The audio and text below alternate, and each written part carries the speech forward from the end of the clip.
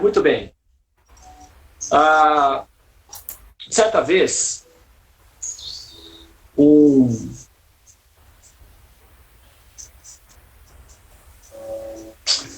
um repórter chegou até o nosso mestre espiritual e fez a seguinte pergunta: se era no início do processo dele, ele estava fundando uma comunidade de Vaishnavas, né, devotos de Vishnu. E tinha lá com ele um grupo pequeno de pessoas, né? Ele tinha acabado de dar uma palestra e ele tinha dito o seguinte, que esse conhecimento védico é um conhecimento supremo. É um conhecimento que é muito raro e difícil de ser confundido com conhecimentos triviais para aqueles que estão despertos, ou seja, para aqueles que têm alta capacidade de discriminação entre uma coisa boa e uma coisa melhor, ou entre uma coisa boa de uma coisa ruim, conseguem perceber que o conhecimento védico ele não é um conhecimento comum, ele está destinado para seres humanos altamente desenvolvidos, ou seres humanos de futuro. E tinha com ele, né, ele tinha dado essa palestra, e tinha um grupo com ele de mais ou menos uns 5 ou 6 devotos, né? E o repórter, sabe como, né? Eram aqueles repórteres provocativos, né, que gostam de provocar e tal. É a parte da profissão deles, né? Em alguns casos, não em todos, mas em alguns casos. Então, o repórter se aproximou de Prabhupada e fez a seguinte questão. Ele disse o seguinte: mas você que está dizendo que o conhecimento védico é um conhecimento muito importante, etc. Porém, por que tem tantas poucas pessoas, não é, interessados nesse conhecimento? E por que esse conhecimento demorou tanto para chegar até o Ocidente? Se é tão importante, se esse conhecimento é assim tão relevante, por que a demora, já que o mundo necessita tanto dele? Uma pergunta relevante, né? Uma pergunta assim autêntica, interessante. Vou só acender esse incenso aqui.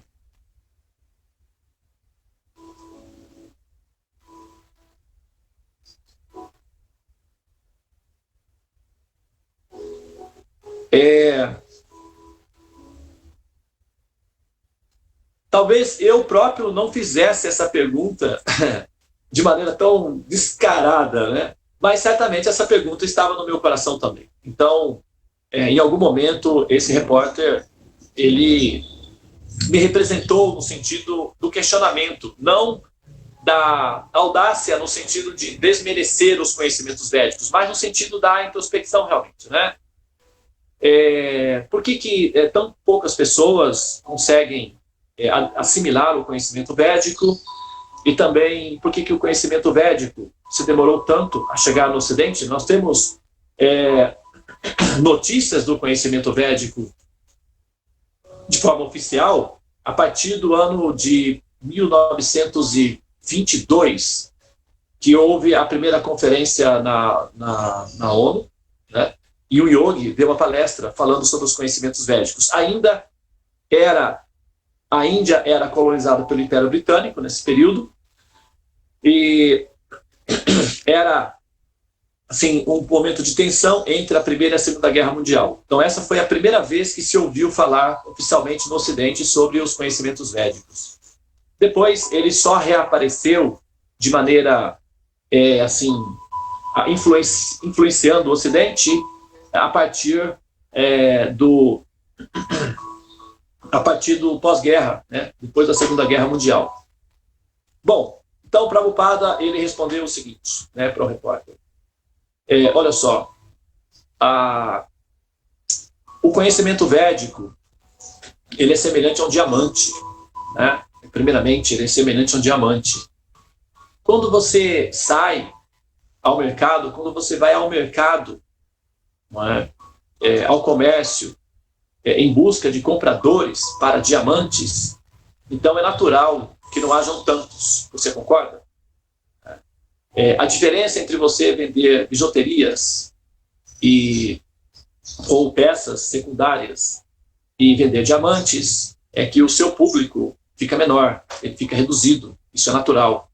Agora, a capacidade de compra ou a capacidade de poder de aquisição daqueles que adquirem diamantes são bem maiores do que aqueles que adquirem as peças inferiores. Além do mais, também são pessoas capazes de apreciar a importância de um objeto raro. Então, para que uma pessoa consiga assimilar os conhecimentos védicos, é preciso que ela seja qualificada.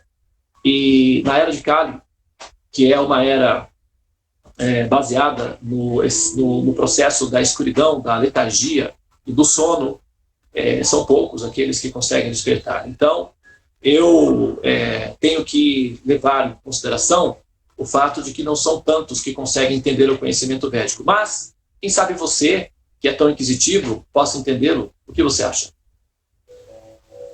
Então, o repórter ficou assim, não, eu já tenho a minha religião. Ele disse, pois essa é a resposta mais comum que eu recebo. São raros aqueles que entendem o que eu falo. Então, podemos passar para a próxima pergunta. Tá? E quando, então, ele foi confrontado em relação a por que o conhecimento védico se demorou tanto a chegar no Ocidente, a explicação de Prabhupada é de que os conhecimentos védicos, eles são conhecimentos pacíficos, e eles requerem um tipo de público qualificado para assimilá-lo de maneira apropriada. Por exemplo, se você é um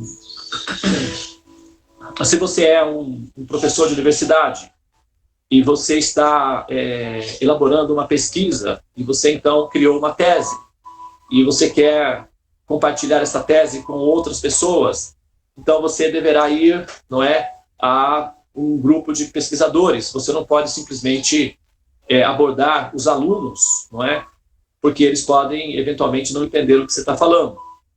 É necessário encontrar um público equivalente.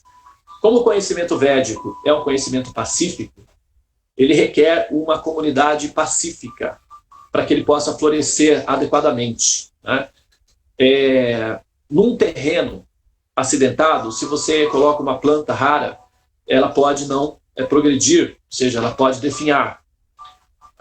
O ser humano, até meados da Segunda Guerra Mundial, aí já não é Prabhupada que respondeu, né? Nesse caso agora é a minha colocação em relação ao que Prabhupada comentou. Se nós observarmos, né, essa afirmação de Prabhupada,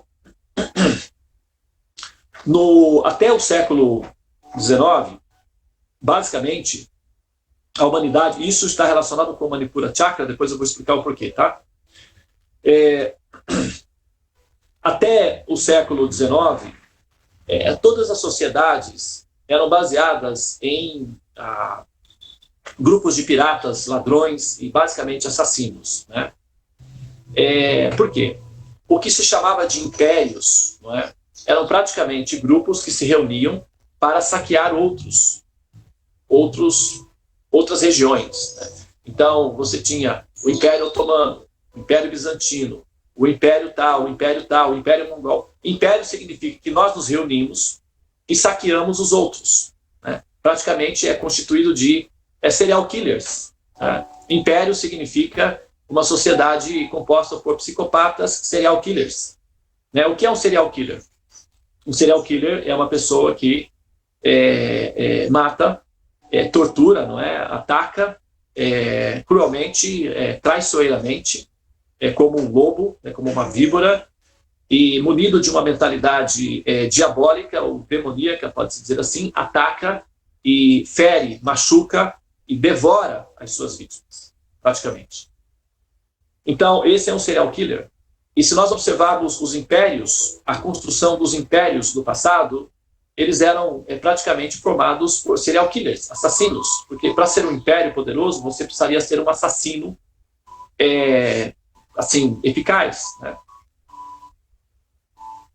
Quem conhece, por exemplo, as histórias dos grandes imperadores, a Gengis Khan, a Attila, Alexandre, e etc., vocês vão observar que por detrás, até alguns deles, embora tivessem alguma motivação cultural, que é o caso do Alexandre o Grande, por exemplo, que era um intelectual, porque ele foi educado por um filósofo, né? Então havia uma certa motivação intelectual por detrás. Porém, a sede pelo sangue, pela morte, pela matança, era o que os motivava a continuar. Os soldados, uma das motivações principais dos soldados para atacar é pilhar e poder estuprar as mulheres de outras civilizações. Então, os impérios foram construídos baseados na motivação praticamente de comandantes de serial killers, de assassinos. Num ambiente assim, você tem um ambiente que sábios, pensadores pacíficos simplesmente não aparecem no contexto. Agora, conviver entre serial killers, assassinos, piratas, pilhadores, né, ladrões, acaba que as coisas ficam meio tensas. Né? A situação pode chegar a tal ponto que pode aparecer um super, ultra, mega serial killer, que foi o caso do senhor Hitler. Hitler, ele, na verdade, ele era um produto da época. Havia outros parecidos com ele. Né? Na verdade, naquele período, eram tantos, né? E todos queriam tomar as posses de todos, né? Os japoneses também se demonstraram ser excelentes serial killers. Quando entrou, né, na Ásia, invadiu a Ásia, estuprando, matando, incendiando, enfim, apavorando, né, a humanidade com a capacidade de destruição. Mas o Hitler, ele na verdade, ele é a expressão, não é, de um produto de época. Cada época tem a sua produção máxima, né? E nessa época, o auge do comportamento humano violento produziu o Hitler. O Hitler não é um ser isolado, uma criatura que apareceu isolada, não. Na verdade, ele é o resultado de uma combinação do inconsciente coletivo e da prática do exercício do mal, né? Da violência e da pilhagem, da ladroagem coletiva de séculos. Quando Hitler apareceu, o ser humano foi capaz de entender até onde nós podemos chegar com as técnicas que estávamos usando de violência.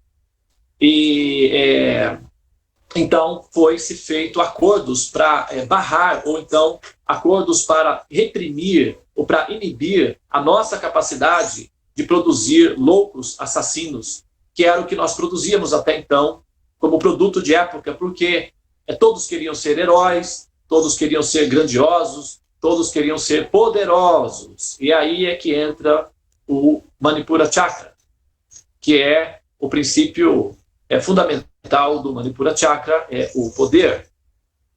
Ou seja, a experiência do poder, o desejo pelo poder, a sede pelo poder, a necessidade de exercitar poder sobre os demais. Então, quando foram feitos os acordos para a repressão do poder, então a ONU já havia sido criado, né, uma tentativa de organização de repressão, né, da psicopatia coletiva através de uma liga conhecida como Liga das Nações, logo após a Primeira Guerra Mundial.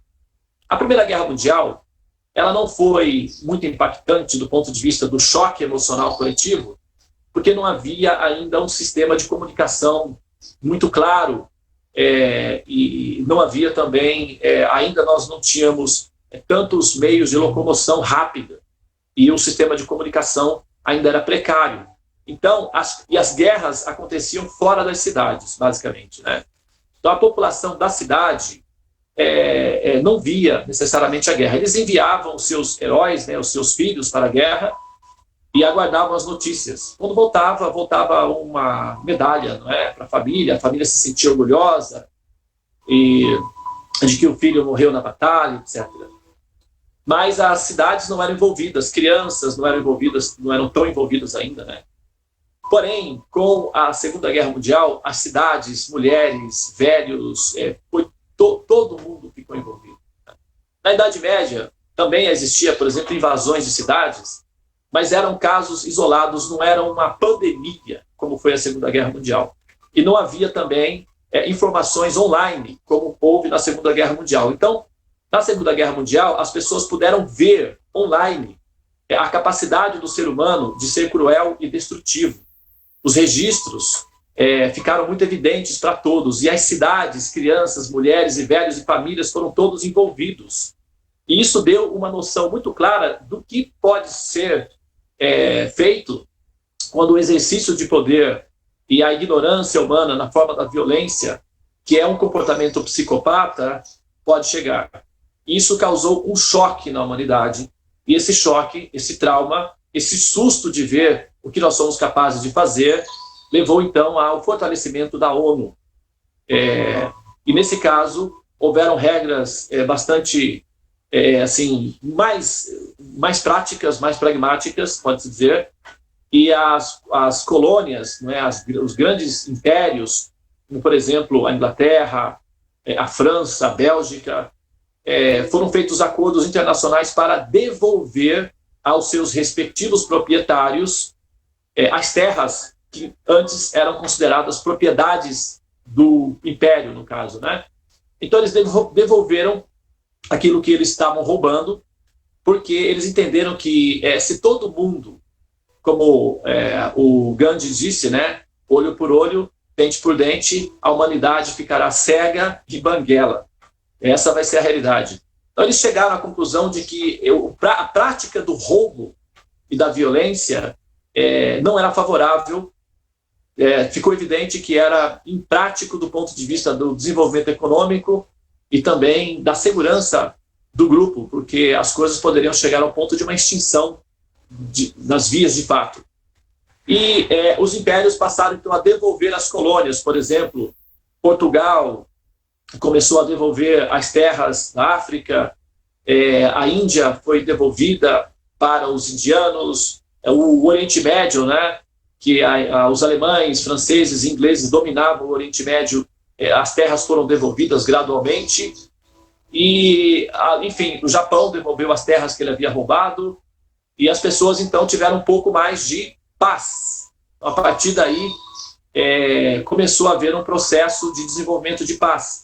E uma das motivações mais importantes da construção da ONU, da formação da ONU, foi um conceito que foi, assim, no período, foi extremamente pontuado, que é o transhumanismo, que significa incluir todos os seres dentro do conceito de justiça social, inclusive os animais. Acreditem ou não, os animais estão incluídos dentro do conceito de criação da ONU, que é o transhumanismo. Portanto, o vegetarianismo, a alimentação pacífica, a não violência contra os animais, está previsto na base da construção da ONU. É que, claro, nós ainda vamos ter que superar essa fase, né? Por isso que não apareceu ainda como justificativa principal, porque nós estamos, né, assim, arrumando a casa. Mas, a partir da década de 60, de 70, por exemplo, em que já havia uma certa repulsa à guerra, né? As pessoas saíram às ruas contra a guerra. Por exemplo, os protestos contra a guerra do Vietnã. Antes disso, as pessoas saíam para a rua para festejar o início da guerra. Não é? Eles queriam guerra. O Hitler dizia, vocês querem guerra total? E as pessoas pulavam de alegria, queremos. Né? Então, a partir depois desses movimentos, as pessoas saíam às ruas não mais para pedir a guerra, mas para pedir o fim das guerras. Então, houve uma mudança drástica no comportamento humano, como consequência do choque produzido pela Segunda Guerra Mundial. E nesse momento em que eles queriam paz, eles estavam buscando por paz, é que começou a aparecer no Ocidente o conhecimento védico, né? E foi nesse período, por exemplo, que apareceram muitos dos sábios, Yogananda, Paramahansa, Ravi Shankar, até, assim, eu não vou avalizar completamente, mas eu posso citar também aí personalidades como o Rajneesh, né, que é o Osho, e, assim, em particular, eu gostaria de pontuar a personalidade de Srila Prabhupada, Abhaycharan Bhaktivedanta Swami Prabhupada, que, na minha opinião, do ponto de vista de um Swami Vivekananda, né, a Petra está mencionando aqui, Vivekananda, Ramakrishna, e por aí vai, né? Muitos dos sábios védicos começaram a aparecer no Ocidente. E, dentre todos eles, eu gostaria de destacar Swami Prabhupada pelo seguinte motivo. Ele tornou o processo dos mantras muito popular no mundo inteiro, através dos Beatles. O George Harrison e os Beatles se aproximaram de Srila Prabhupada no período, e eles fizeram um livro, aliás, um vídeo, um disco, que ficou famoso no mundo inteiro e alcançou as primeiras paradas do sucesso, né, nas principais rádios da Europa, do mundo todo.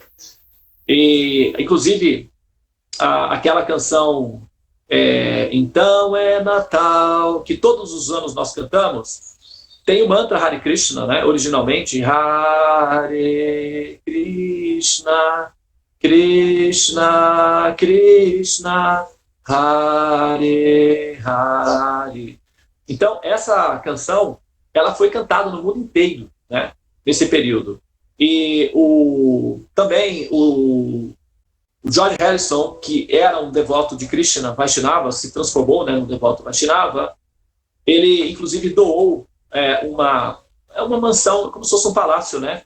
E esse palácio, ele funciona até hoje, né? Um templo da ISKCON, do movimento Hare Krishna, funciona nele até hoje. Foi uma doação que o George Harrison deu. Ele fez uma canção, My Sweet Lord, né? My Sweet Lord, Hare Krishna. Então, esse mantra, ele ficou sendo cantado pelos jovens do mundo inteiro. Inclusive, o Nando Reis gravou recentemente uma música chamada Mantra, né? Eu acho que, se eu me lembrar, Karuna, ou talvez você, Karuna, porque pode ser que eu me esqueça, solta no grupo, né, o mantra do Nando Reis, para que as pessoas conheçam.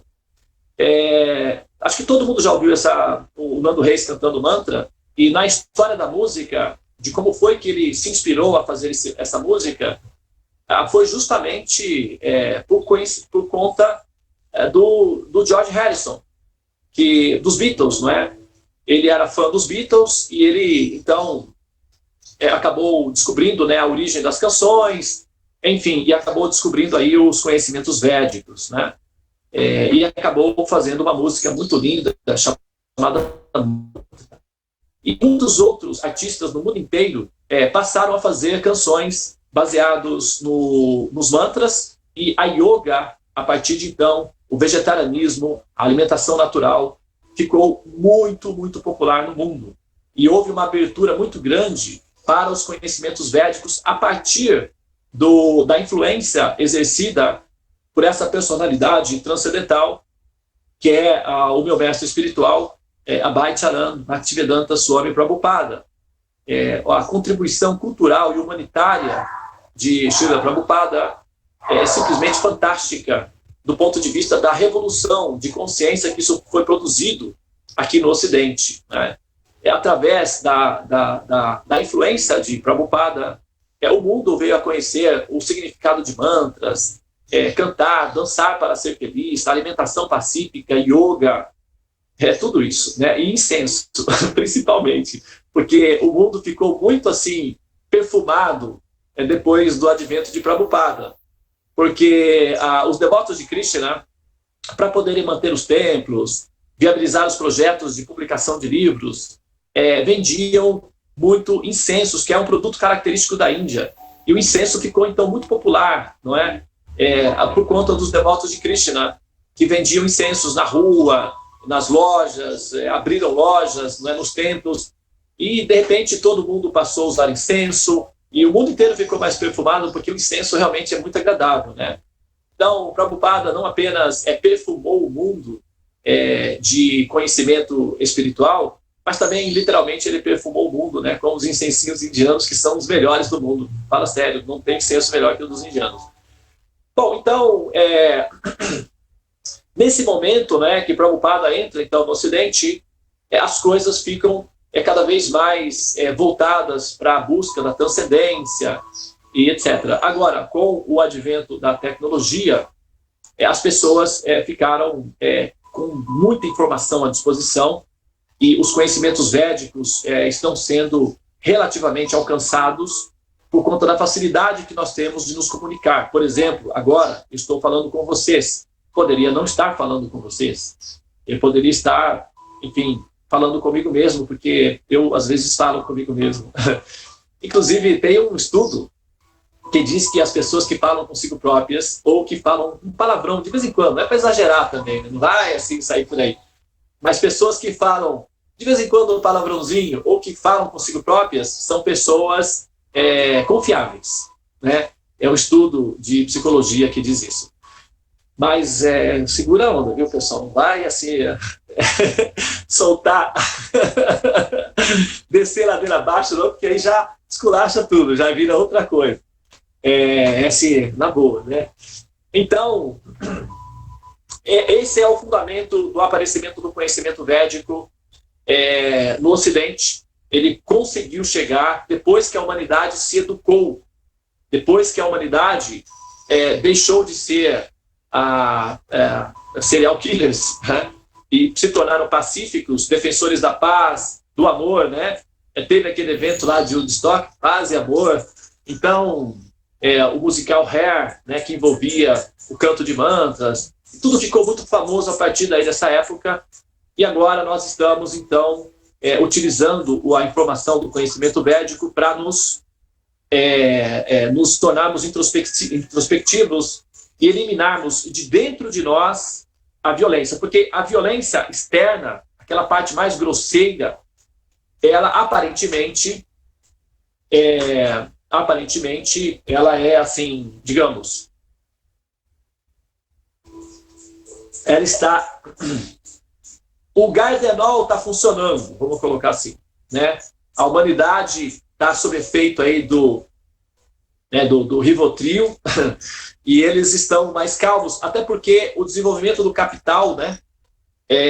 A busca as facilidades, não é, que se tem para ter capital, para conseguir dinheiro, então motiva as pessoas mais para esse aspecto, né, do desenvolvimento econômico e tal. E como existe uma liberdade sexual bastante acelerada, então as pessoas estão interessadas mais agora em obter dinheiro e relacionamentos sexuais, né? Ou seja, desfrutar, fazer amor, fazer sexo e ganhar dinheiro. E isso, de certa forma, tem o seu lado negativo, porque as pessoas ficam exauridas, né, desgastadas e frustradas. Por outro lado, tem um aspecto positivo, que elas não pensam em guerras e violência, né? Faça amor, não faça guerra, esse é o lema. Mas, agora, qual é a relação que isso tudo tem com o Manipura Chakra? Veja bem, nós estamos tratando de entender os assuntos para que nós possamos nos equilibrar internamente, nos posicionar de uma maneira assim, calibrada internamente. O Manipura Chakra, Mani significa mente, Pura significa local. Então, Manipur ou Manipura significa o local da mente. Inclusive, tem um estado indiano, que é um país, né, anexado, que é um país que se considera, né, parte da Índia, chama-se Manipur. Eu morei numa cidade chamada Mayapur. Não sei se vocês já ouviram falar na cidade chamada Singapur, ou Singapura. Singha significa leão, né? E Sinha, leão. Inclusive, a quinta casa do zodíaco natural, que é o signo de leão, em sânscrito, chama-se Sinha Rasi. Rasi quer dizer signo, e Sinha, leão. Sinha Rasi, o signo de leão. ou sabor de leão, né? Rasi ou raça, que significa sabor, humor. Sinharasi, o humor de um leão. E Singha ou Singapura, é a cidade do leão. Aquela região toda era uma região, no passado remoto, constituída de reis védicos, né, impérios védicos, e ficou ali vestígios arqueológicos, inclusive o nome do local é um deles. Pur, que significa local, né? Eu morei numa cidade, como eu disse para vocês, Mayapur, que é a cidade da ilusão transcendental, Mayapur. E Pur significa local, e Mani significa mente. Então, Manipur, ou Manipura, ou Singapur, significa o local da mente, onde a mente fica aprisionada, né? Ou aprisionamento mental. Onde a mente se manifesta no seu potencial máximo, né? E uma mente, como essa área no zodíaco natural, que é o mapa, a casa 5 é regida pelo planeta, que é regido pelo astro, né? Pelo criptograma, que é o Surya, que é o Sol. O Sol, ele é o centro do sistema solar, né? Ele é o princípio que tem mais potência, mais energia. Então, o Sol, ele representa justamente a nossa capacidade de demonstrar o poder que nós temos. O Sol representa poder. Ele é o centro do sistema solar. Então, ele representa os governantes, os reis. Ele representa o Pai. Em última análise, o Sol representa Deus, né, a suprema personalidade de Deus. O Sol representa o princípio correlacionado ao poder. Então, o Sol é poder. A Aline sugeriu aqui que a palavra manipulação, que é quase manipura, ou manipuração, está relacionado com esse princípio. Está sim, porque a manipulação é uma característica daqueles que detêm poder. Então, com o poder você pode manipular a população, manipular um país, manipular as mentes, né? Enfim, você pode manipular. E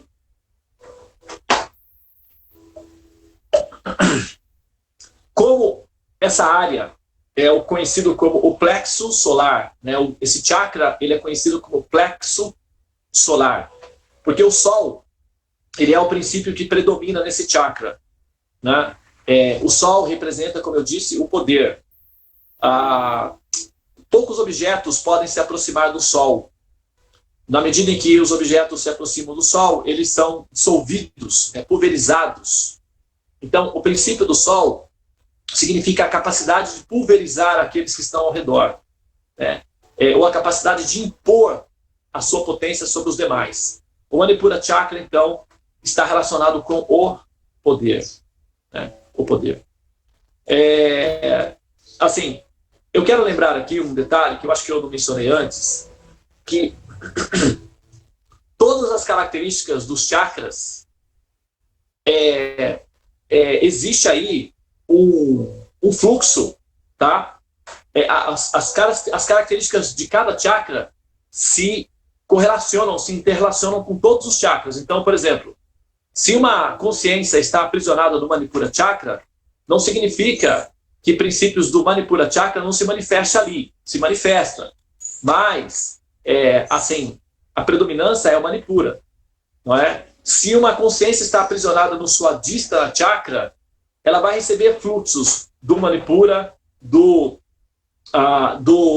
Muladhara Chakra, do Agyana Chakra, vai receber pequenos vestígios, porém vai predominar a característica do chakra em que ela está aprisionada, ou da série em que ela está assimilando os conceitos, tá? Então, no Manipura Chakra, o princípio de poder é a característica predominante, ok? E a mente, que é Mani, a mente aprisionada, ou seja, a pessoa, nesse ponto, ela começa a aprender a lidar com o poder. Então, ela terá acesso ao poder. E o acesso ao poder é que dará à pessoa a possibilidade de entender o que ela é capaz de fazer quando tem nas mãos o poder, ok? Então, Manipura Chakra, o tema principal dessa série é o poder. Como é que nós lidamos com o poder? Se nós nos tornássemos poderosos, o que seríamos capazes de fazer com o poder? Se de repente você se torna uma pessoa muito poderosa, o que você faria? Como você acha que você reagiria se você fosse, então, de repente, colocado numa posição, vamos supor, você é funcionário da empresa e, de repente, você é promovido ao gerente geral da empresa. Como seria a sua atuação? Como seria seu comportamento? Como você reagiria? Né? Qual seria a sua posição em relação a esse princípio de poder?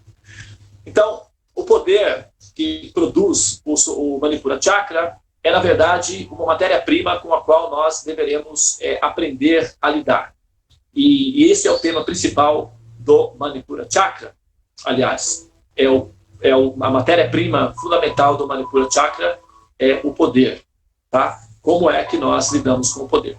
E a partir de agora, eu vou tecer uma série de vídeos, né, fazendo as correlações entre os fatores, os fenômenos históricos, a história da humanidade. Aí a gente vai lhe dar alguns fatos históricos para usar como estatística, para observar como é que esse fenômeno histórico externo se dá também internamente em relação a nós mesmos, e qual é a nossa situação atual em relação ao uso do poder. Né? Será que nós já estabelecemos a nossa ONU internamente? E a nossa ONU é corrupta? Funciona realmente? Como é que é a nossa relação com o poder interno? E qual seria os caminhos que nós poderíamos adotar para conduzir essa energia de uma maneira produtiva que pudesse ser utilizado como combustível para o autoconhecimento e a autorrealização? Né? Eu posso adiantar uma coisa.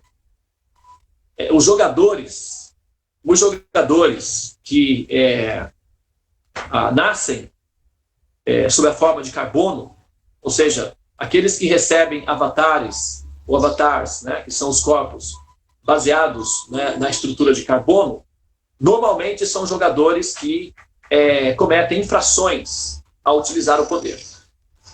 Então, possivelmente nós devemos estar errando em algum ponto na utilização do poder, do contrário, não justificaria corpos de carbono. E o que nós temos que fazer é verificar agora onde é que nós estamos errando, para corrigir esse erro e, eventualmente, podermos acessar os níveis superiores de existência, onde os corpos não possuem uma configuração rudimentar, como a de carbono, que produz, no final, a náusea, que é a angústia do existir, e o medo da morte, né? Que é uma consequência natural dos corpos de carbono. Certamente nós vamos encontrar aí as nossas falhas, e nesse ponto é onde entra o ego, justamente regido pelo Manipura Chakra, o plexo solar.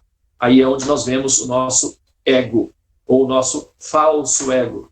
E é esse ponto que nós vamos tocar. E tocar no nosso falso ego, tudo é bom, né? Assim, a gente pode conversar sobre tudo, mas tocar no ego, aí, ainda bem que eu vou fazer isso do lado de cá das câmeras. E claro, é uma brincadeira, né? Mas a gente vai ter que tocar, né, nas nossas falhas, realmente. Isso é introspecção. Autorrealização significa conhecer as falhas, né? Conhecer onde nós estamos falhando, que está dando o resultado que está dando. E isso requer uma análise sofisticada do Manipura Chakra. Bom, eu vou parar aqui. Se alguém desejar fazer algum comentário, alguma pergunta, a Om Shanti é a música que minha filha canta. Posso colocar? Quem falou isso? Por favor, apresente-se. Fui eu, Terezinha Passos. Minha filha, ela é MC e a linha dela é uma linha religiosa, espiritualista, e ela canta Om Shanti. O Shanti, esse mantra Om Shanti, ele é o mantra da paz, não é? E a palavra, por exemplo, Shantala, que é a massagem que as mamães fazem nos bebês, Shantala, vem de Shanti, que significa que esse ser estará destinado a entender a paz. Shantala, ou seja, exercícios que produzem paz, ou acalmam o bebê, né?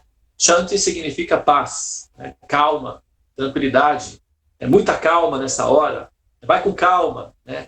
E Shanti é o mantra que realmente é assim, aplicado, não é, para acalmar o ânimo assim, do exercício de poder. O ser humano, naturalmente, tem uma inclinação para o exercício do poder. Para aqueles que entendem de astrologia, o zodíaco natural, que é o chamado Mahapurusha, ou zodíaco natural, começa a partir do signo de Áries. Áries, né? E o signo de Áries seria, então, o ascendente natural para os seres humanos. O ascendente significa a cabeça, tá? A cabeça. Como funciona a cabeça do ser humano. O ascendente natural é Áries. E esse ascendente natural é regido pelo planeta Marte. Marte. E Marte é o planeta que, em sânscrito, ele é conhecido como Mangal, ou Kartikeya, que é o Suvarna Brahman, que significa a guerra, né, o mestre da guerra. Por exemplo, nós temos a palavra artes marciais, né, ou então dizemos, senhores, vamos marchar, ou então, marchemos, ou marcha soldado, marcha, tudo vem de Mars, né, Marte, que significa guerra, conflito, batalhas, é o elemento fogo. O ícone para Marte é uma esfera com uma flecha que sobe, assim, que sai, né? Zaz. Então, conflitos, predisposição para a guerra. Então, naturalmente, todo ser humano que nasce no planeta Terra, existe uma configuração de fundo que já determina que esse ser terá uma predisposição à impaciência, ao conflito e a batalhas, né? Ou seja, ele já nasce predisposto a cadê, onde é que está, né? Então, já nasce assim. E esse processo coletivo gera uma fermentação, né? E essa fermentação do elemento fogo acaba, né, pulverizando ele. E qual é, então, digamos, a missão coletiva do ser humano? Controlar esse elemento fogo, né? Guardar as espadas, assim, declarar a paz. E nesse caso, Shanti significa paz, né? Paz, paz. Shanti, Shanti, Shanti. Paz, paz, paz. E para isso é preciso, né, assim, entender o que seria paz no seu sentido mais amplo, para que essa percepção de paz seja, assim, efetivamente assimilada, primeiro, por nós próprios, né? E nesse sentido eu volto a falar, né? A água é um elemento que ameniza o elemento fogo, né? Portanto, aqueles que querem paz e aqueles que querem expressar a paz ao redor, a minha sugestão é, assim que acordar, bebam água, porque isso vai fazer com que você seja mais pacífico e, como consequência disso, as pessoas ao seu redor vão ter esse impacto, né, do seu processo de paz, tá? Além do mais, esse mecanismo que nós estamos realizando aqui pelas manhãs, de respiração, oxigenação, alimentarmos do prana, que são os primeiros raios solares, que são os raios brandos, né, os raios suaves, é a energia do fogo suave. Então, toda a nossa estrutura interna se adapta a um fogo suave, né, assim, assimilar energia do sol, a energia mais suave, mais branda. Quando nós assimilamos a energia do sol a partir de horários mais intensos, então isso acelera o nosso elemento fogo internamente, né? Se você tem, por exemplo, uma bateria, a bateria está cheia, você vai carregar a bateria, ela já acusa, está cheia, não precisa mais, né? Agora, se ela está vazia, quando você vai carregar a bateria, ela começa a encher. Então, se nós enchemos as nossas células desses primeiros raios do Sol, que é um raio brando, que é um fogo brando, é um fogo suave, então, esse fogo suave, ele carrega as nossas baterias. Quando nós temos o dia, nós já estamos com a bateria carregada, o nosso processo interno, enfim, rejeita esse fogo mais intenso, porque a bateria já está cheia, não é necessário. E isso faz com que nós lidemos com uma energia, que é o elemento fogo, mais suave. Ela funciona, ela tem a mesma eficiência, mas ela não é tão pesada, não é tão densa, não é tão agressiva.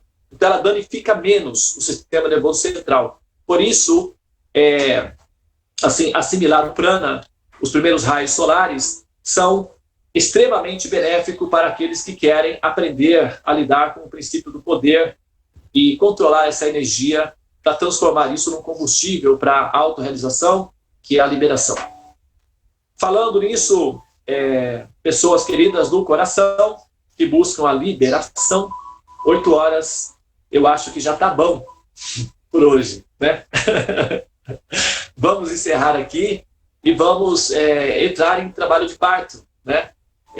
Vamos começar o nosso processo da partida, vamos partir e amanhã nós continuamos, porque eu vou falar durante a semana aí mais sobre o Manipura Chakra, porque esse é um chakra extremamente importante e nós estamos apenas no início aí desse Everest, tá? Então tem muito mais pela frente, tá bom, pessoal? Muito bem,